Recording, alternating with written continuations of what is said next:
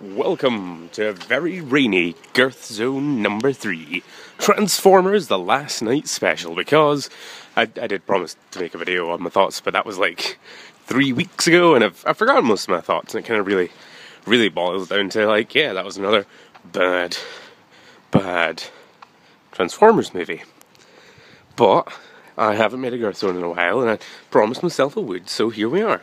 So yeah, I saw Transformers The Last Night several weeks ago, and I don't know, I was disappointed. I have to say. Like, it wasn't. It could have been better. Like it could have been better. Which, like where do you even start? Where do you even start? It was horrifically bad. Like, it was genuinely horrifically bad, and not even in an enjoyable way.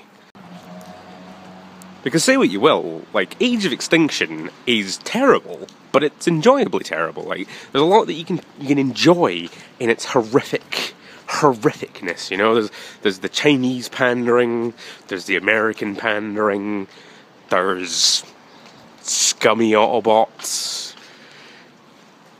The Last Night isn't really anything, like, when I think back on it. Like, they kind of...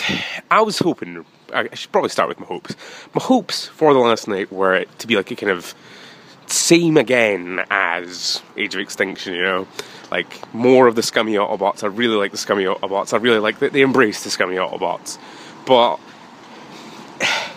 The Last Night completely dumps the scummy Autobots until, like, the last 5 minutes where they're brought back to weirdly not die. Like, I was shocked that none of the scummy Autobots died. Did they? No, none of the scummy Autobots died, which, fair play.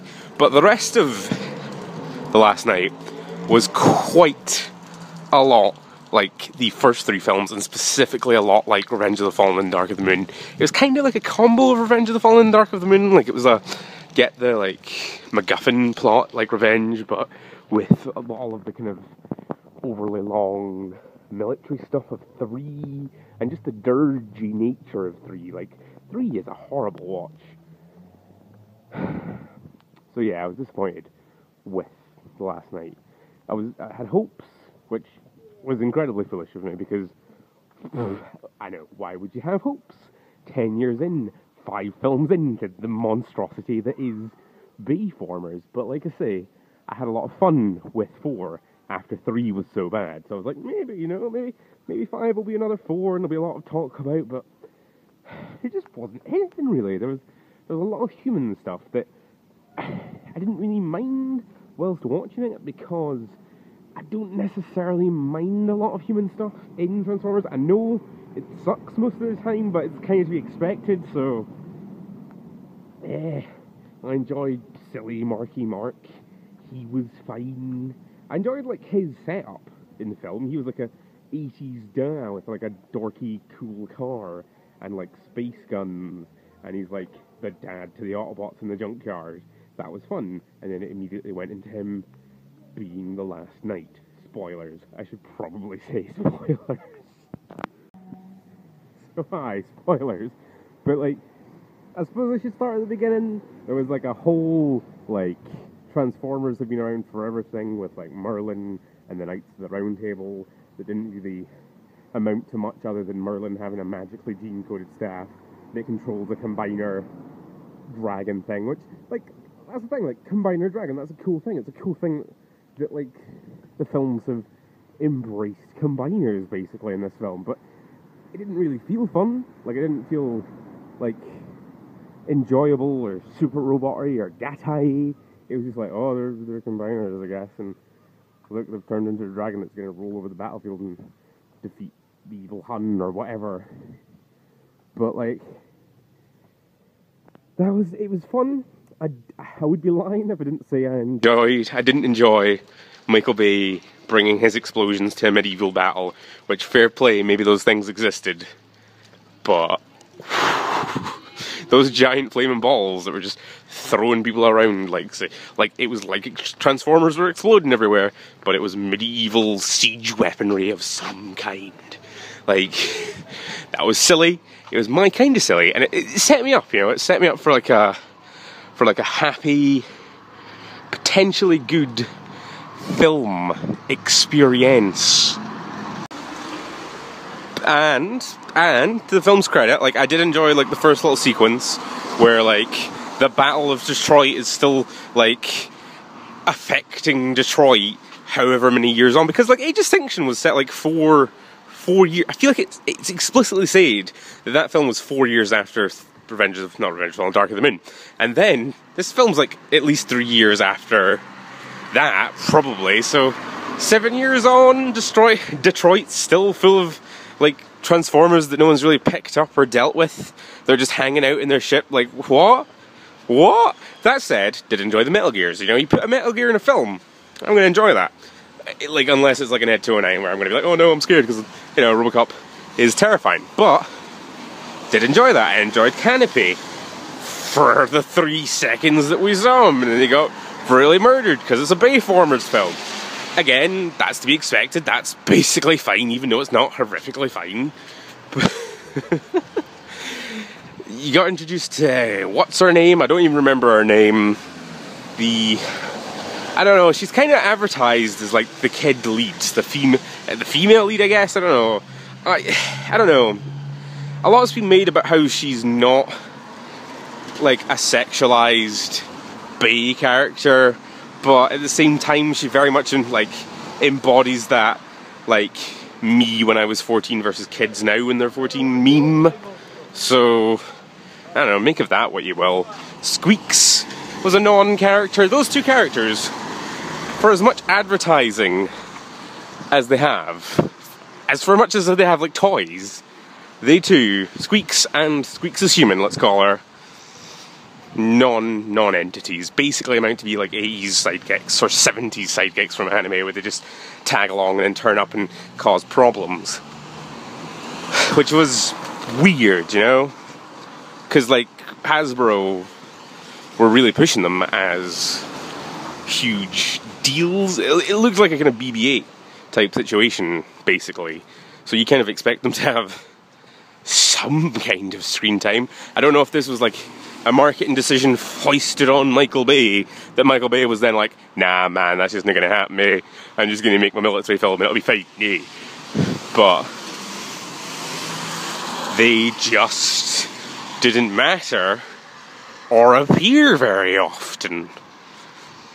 Which, you know, like I said earlier, carried over to the main Autobot cast from Age of Extinction. Like Hound, Drift, Crosshairs and that, Bumblebee, they were there, but they didn't do anything. Bumblebee did a little bit more. I completely forgot, actually, over the last 3 weeks that Bumblebee had that scene where he, like, got blown up and then reassembled himself for no reason.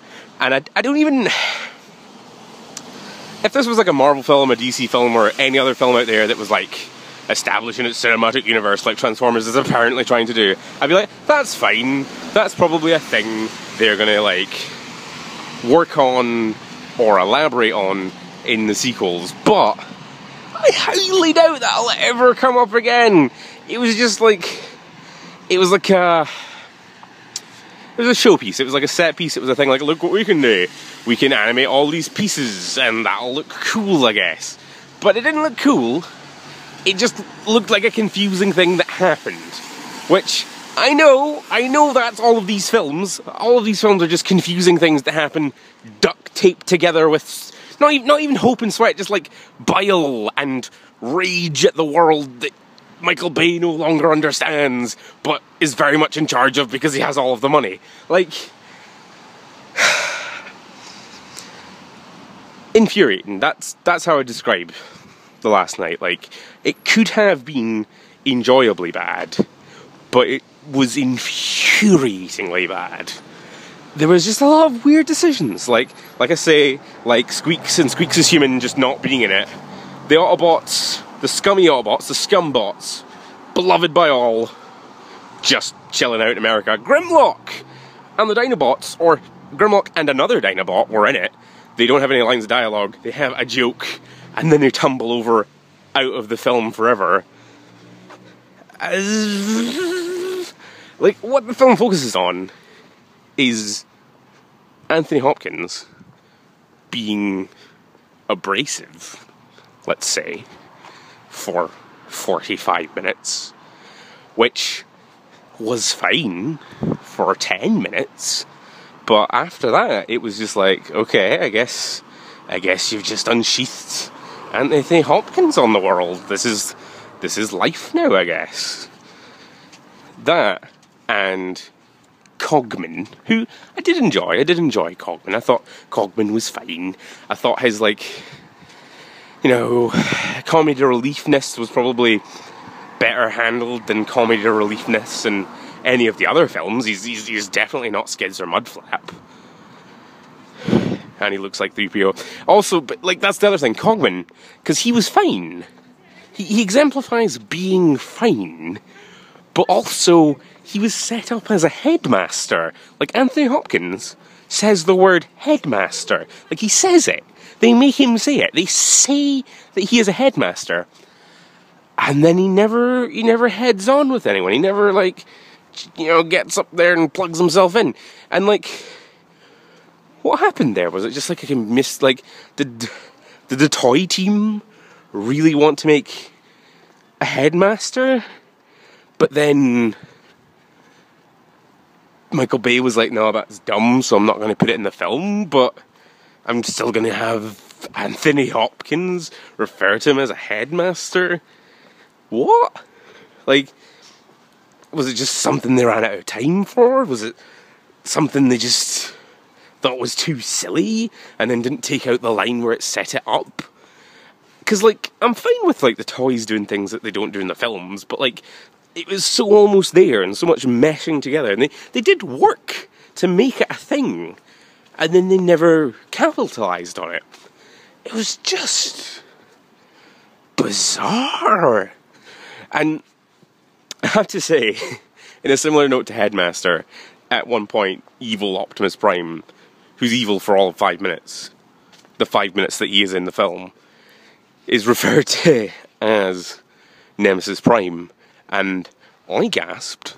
It was an uncontrollable thing. It was a weird experience for me, because I was just like, oh, and clamped my mouth shut. I was like, they said a thing, it's a geek, a nerd, oh, they've been on the wiki. But Nemesis Prime, just words said to appease people that know what Transformers are. It was weird, though. It was weird that it was in there. It was kind of the tone of the film that there was a lot of stuff in there to appease people that know about Transformers and like Transformers. Because a lot of the film had references to the previous films. There was a lot of, shots. Nothing really mattered, but they took the time to make, shots of the pyramids from Revenge of the Fallen, the Ark from Dark of the Moon. It was Shanghai, Beijing, Hong Kong, one of those. It was the city from Transformers 4, which I am quite ignorant of, but they showed that being scraped off the planet by Cybertron. Billions are dead. No matter how they don't want to address the fact that billions are dead, billions are definitely dead. And also Cybertron's just left hanging in orbit. And, that's probably going to affect, some things. But, there's little bits and bobs that point to the older films. Starscream's head turns up. I'm pretty sure Drift is missing a sword because he threw a sword in the last film. There's loads of weird attention to detail for fans that is there, but at the same time amounts to nothing. It's a really infuriating thing. They spent time, or the visual effects people must have been into the films or something, and they're like, right, Bay's going, we might have more free reign, I guess, so we're just going to animate things that might look cool and people can write about on wikis, because, nobody cares anymore. We're back inside now, which I guess is a more logical place to record audio to put on the internet, but, I like walking about and talking, it gets my creative juices flowing. But I suppose being able to hear the things that I'm saying is a positive. Some people might take it as a positive, others might take it as a negative. People might come to these Girthzone videos just for, bad audio, seagulls, car noises, distant voices of people that you can't quite make out, you know, and that really hurts me, you know, like, see, I can't hear someone, but you can hear them, but you can't hear what they're saying, like, oh god, that is not good. But yes, I've forgotten most of what I've already said. I've looked over the video, and I think I know where I'm at. I lost some audio where I was talking about Nemesis Prime being Nemesis Prime, being evil, being mind-controlled for all of 5 minutes. And that is bizarre. Because, like, it's a bad thing, and you've come to expect bad things from these films, but also, it's, like, it's really badly done for a plot in a Bayformers film. Like, at least, I don't know, like, at least the Sentinel Prime thing happened and then had a definite ending. Like, Optimus turns evil. Like, he goes back to the planet Cybertron, his god thing, Quintessa's there, and she's just like, yo, you're evil now, and he's like, yeah, I guess I am, yeah, I can be into being evil, and also you're Nemesis Prime, and he's like, oh, but then I can't just say my name's Optimus Prime, I have to say my name's Nemesis Prime. This changes my, like, 70% of my dialogue. But he turns up, he steals a stick, and then is thwarted by Bumblebee and potentially Cade, I can't remember, but he's like, he does a thing. He might even knife a Knight of Cybertron, but I'm not even sure he dies. And then he's, like, snapped out of it by, like, Bumblebee being able to speak again. I don't know, like, I'm fine with that. Like, I was fine with the Martha thing. I didn't realize that was, like, a huge meme until at least weeks after it hit. But, like, it was very much the tone of the Martha thing from Batman vs. Superman. And I thought it was alright. Like, I thought Bumblebee speaking was fine. Like, it was dumb, but you know what to expect. Like, it doesn't hurt you. It doesn't hurt you that it's that dumb. But he gets snapped out of it, and he's all like, my god, what have I done? And in the cinema, I was literally like, not much, Prime. Not much. You stole a stick. And, like, that's all the, like, months and months of evil Optimus Prime marketing and hype amounted to, was Optimus Prime stealing a stick. And then, like, even after he's snapped out of being evil, he's not really in the film much after that. He turns up halfway through the final battle, shouting Vivian, because one of the characters is called Vivian, and I guess it's funny that he's shouting Vivian or something. He turns up, I can't remember, I think he doesn't even get the final blow in. It was, like, Bumblebee that gets the final blow in. Fair play, but, like, Prime does nothing, and then, like, I was like, oh my god, is he not going to transform? Is he not? They paid for the license for that big dumb truck, and he's not going to transform. And then he transformed once in a smoke cloud, where you don't even get to see it happen, or any of the fun sounds or visuals, and he's just, like, rolling across a field jauntily. God. I think my main problem with last night is that it was not a good toy advertisement, because at the end of the day, almost all Transformers media is to sell toys, or it has the effect of selling toys, because, you know, toys are the heart of the franchise.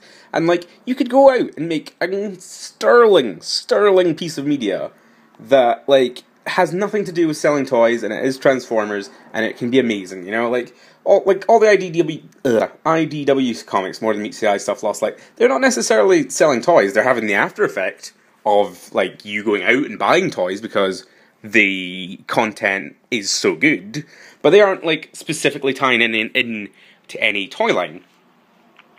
I mean, yes, they do eventually get toys made in, like, the Generations line, but you get me.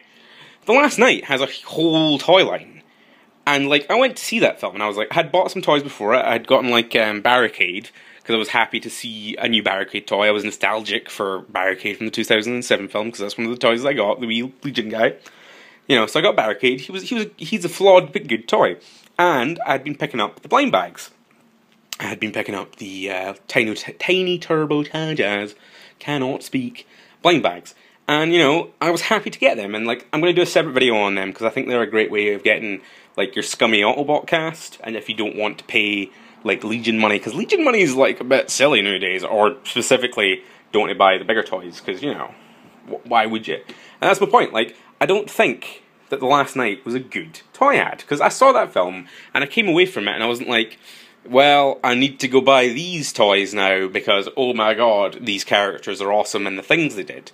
Like, for all the marketing thrown behind Squeaks, you know, I was going in not hating Squeaks, not being angry like some people. I was just like, alright, I guess Squeaks is a thing. And then I came out of it and I was like, oh my god, Squeaks is not a thing. Squeaks does nothing. Squeaks has like one moment, and it's not even a moment. Like, and it's just, And like, characters that get stuff to do, like Cade. Cade doesn't have a toy, you know, like even if I wanted a Cade toy, I can't buy a Cade toy, you know. If I wanted, like, a Cogman toy, I'll have to wait for the Cogman Wave, and then the toy will be inaccurate, because, yes, you get the little Titan Master figure of Cogman, which he is, but he never transformed, he never combined into a Headmaster in the film. So, why would I care? Why would I care to buy a Cogman toy that's inaccurate and just reminds me of how the film didn't sell him to me, you know? So, that is the film, you know? At least, maybe I was younger, maybe I was a younger man, and maybe my younger mind enjoyed the previous 4 Transformers films more, or I was less analytical towards them and didn't see all of the flaws. But, you know, that's not true either, because those films are terrible, but in a better way, you know? In a better toy-selling way. You saw the first film and you're like, yes, these movie designs are weird, but I'm going to buy the toys, because damn, those super robots are just fighting in the streets, that's amazing! But, like, nothing screamed that. Nothing made me feel like that in The Last Night. The toys I would want to buy after seeing The Last Night are very limited. Like, I would probably buy a Voyager Megatron if I saw it on sale for cheap. That's really all I could take away from The Last Night. And really, like, Megatron does a couple things in the film, but it's nothing that he really does that makes me want to buy that toy. It's the fact that it's a good toy and it has a cool design. And really, I could have got that from the posters. I could have got that from, like, TV ads, or, like nothing in the film itself, other than Megatron being, like, weirdly open to negotiation for his boys. Like one vague vibe is really all that film could do and did to make me want a toy. I was thinking about it, like, who else would I want? Like, like, everything to do with toys that I would buy from the Last Night toy line comes from the toy line, and nothing to do with the film. I mean, I would want, like, I don't even know. Like, maybe if they do a wave of the Last Night toys that is Megatron's boys, maybe I'd buy some of them. Maybe I'd get a wee Legion Mohawk, like, or a Basic, or whatever it's called. Like, I don't even think they do that at the size point, you know? Like, I wouldn't want a deluxe one of them. Like, because it'd be £25, and who would? Who would? I wouldn't. I don't think you would.